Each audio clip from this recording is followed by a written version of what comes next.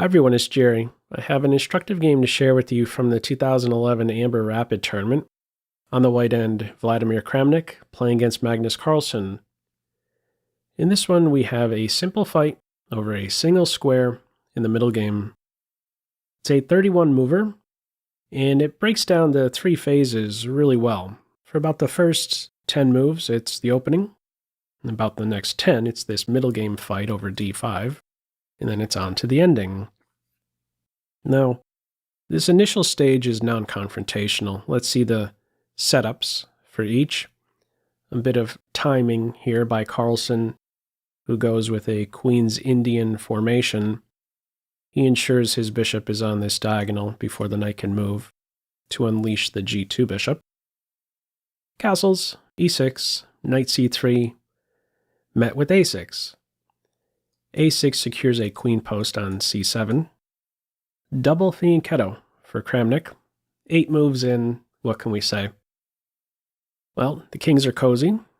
The minor pieces that have been deployed are on excellent squares, and every pawn move that has been played is with a purpose.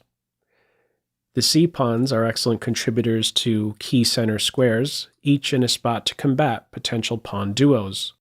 In the event of d4, black's already there. Similarly, d5, white is there.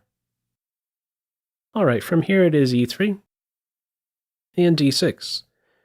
A new square is produced for the queen knight. Black does not want to obstruct the bishop. From here d4. This is right about where the middle game kicks off, I'd say. First case coming up now, where a piece moves for a second time, knight e4. Met with the d5, and this is where the fight now begins over the d5 square. What is this fight about exactly? What does white want out of the d5 square? What does black want? Well, white wants a white piece to occupy d5. Black wants a white pawn to occupy d5. Why? Well, in the game, knight takes knight is played. If instead, for example, this capture is made, this would be excellent for white to have a piece occupy d5. Why? Well, this piece can always move.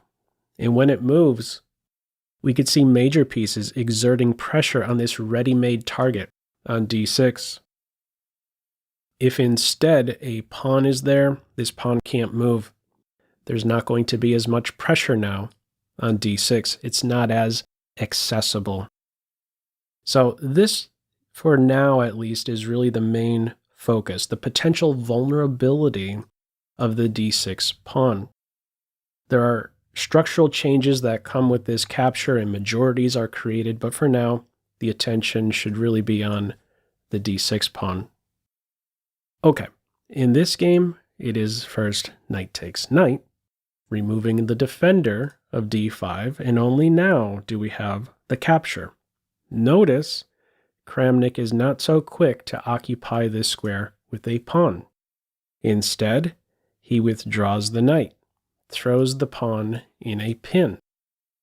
Okay, we continue with bishop f6, dark square bishop exchange, and the reply here is rook c1. If white goes in for the piece recapture on d5 now, it's not good. Why not? Let's see what this looks like if white tries to occupy this square with a piece. The rook would fall. It's true, black's rook would fall, but black is coming out ahead, winning a pawn, ready to win a second, and then bolt with the a pawn. So it's not a good choice to make this capture. Instead, rook c1 gets out of the line of fire. Now white is ready to take on this square with a piece.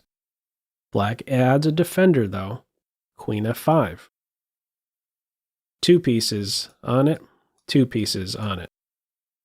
If white starts taking on this square, eventually black can force it where the pawn has to recapture. Knight d3 comes. This guy still can't move. There's still the pin. Knight d7, though. And in the game here, we have knight f4. Instead of that move, if white takes on d5, black should not recapture. That would be a losing move. A good move here would be knight f6. What's the problem if you meet this capture with bishop takes?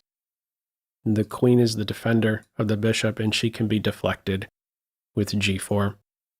Queen g5 is met with f4. The bishop will fall next. And queen e6 can be met with knight f4, a fork. So, in this game it is knight f4, knight f6. Every piece, except for the rooks, are currently on d5.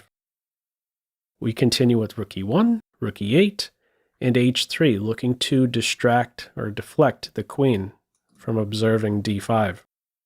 Another defender, however, is now added to d5, rook e5, g4, and now queen d7. This last move has unpinned the pawn. The bishop is now defended, and black is finally ready to make a capture.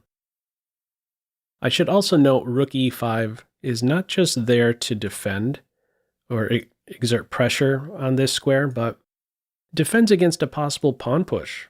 It stabilizes, you might say, the knight on f6. Finally, we have the captures on d5.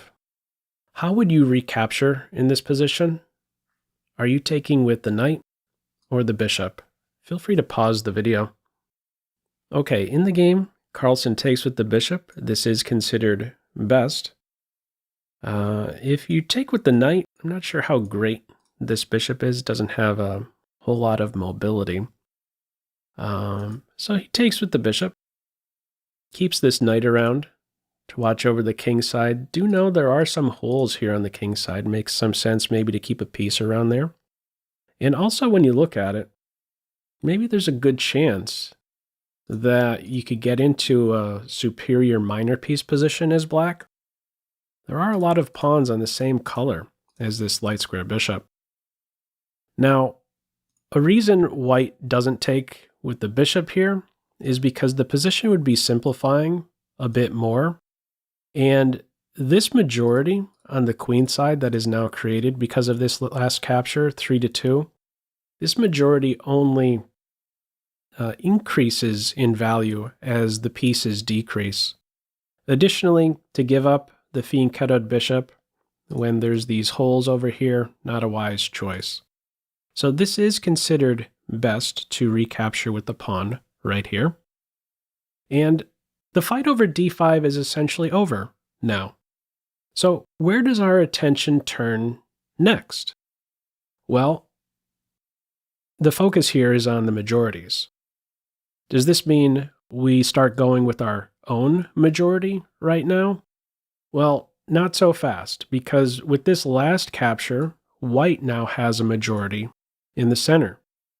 So black must be attentive to the following idea: f4, e4, and e5. It can easily collapse for black. He's not going to let that happen, though. He kicks off with queen e7. There is no f4. The e-pawn will fall. But Kramnik puts himself in position to play f4, now that this is defended. In comes g5, an excellent multi-purpose move. Black has now a flight square and combats the idea of f4 he's ready to take, and white will not be able to recapture. He would lose a rook.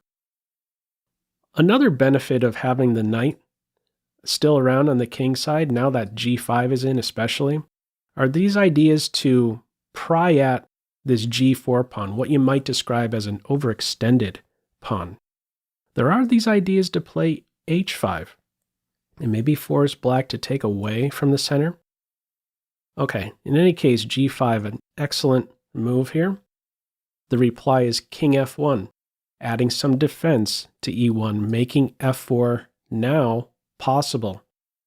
How to combat this idea? This is where it gets a bit tricky. There isn't a way to defend f4 directly, but check this move out, knight d7. This opens up f6 for the queen.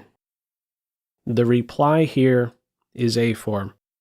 If white goes in for f4 here, queen f6. and white has a problem now on f4. It's pinned. How would white defend the pressure on f4? If you play queen to d2, black can increase the pressure here. If I carried out a few more moves, let's see how quickly this position can collapse for white. We can have a bunch of exchanges now, and in the end, black is going to come out ahead. You take with the queen, the f-pawn falls, and if you take with the king, the queen turns into Pac-Man.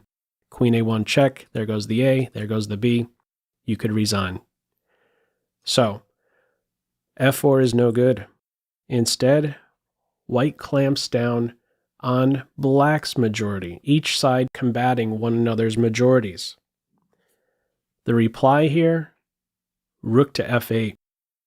This is considered one of the best moves. May seem surprising because this pawn is hanging, white takes it. What is the idea? This is considered the best move, what white plays here to take with the a-pawn, but now check this out. We have f5, the f-file is getting peeled open. Kramnik's reply here is a blunder.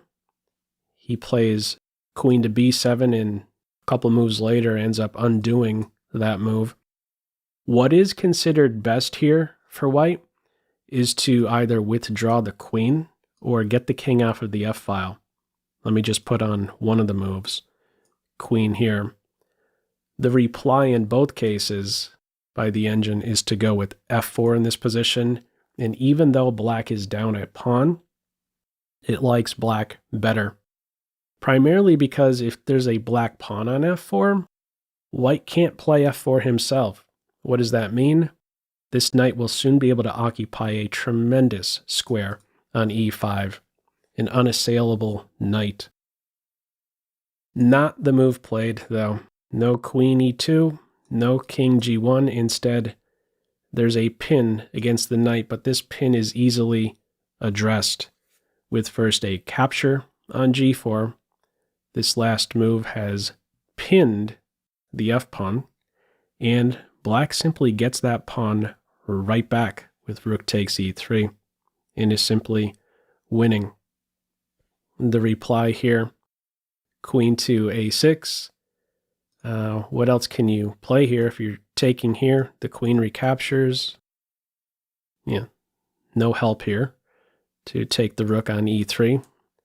Instead it is queen a6, queen f6, mate a1 threat, rook e2 to defend, knight e5, amazing piece, and one more move, rook on c to e1, and before Carlsen can even make his next move, Kramnik resigned. Why? Well, there's one too many good moves here for black. Balanced material, but this knight is not a three-pointer, that is for sure. Superior minor piece position you can take on g4 or even b3. This would be my preference, to take the b pawn, defend your only base point, and next up you could take the g pawn, and black maintains this iron grip in a position like this over all of these weakened dark squares in white's camp. But the game goes no further. That move was played, and then Kramnik threw in the towel. So, what did you think of this one? Anyhow, feel free, as usual, to leave any feedback to this video in the comment section below. I hope you enjoyed it and maybe took a thing or two away. That's all for now. Take care.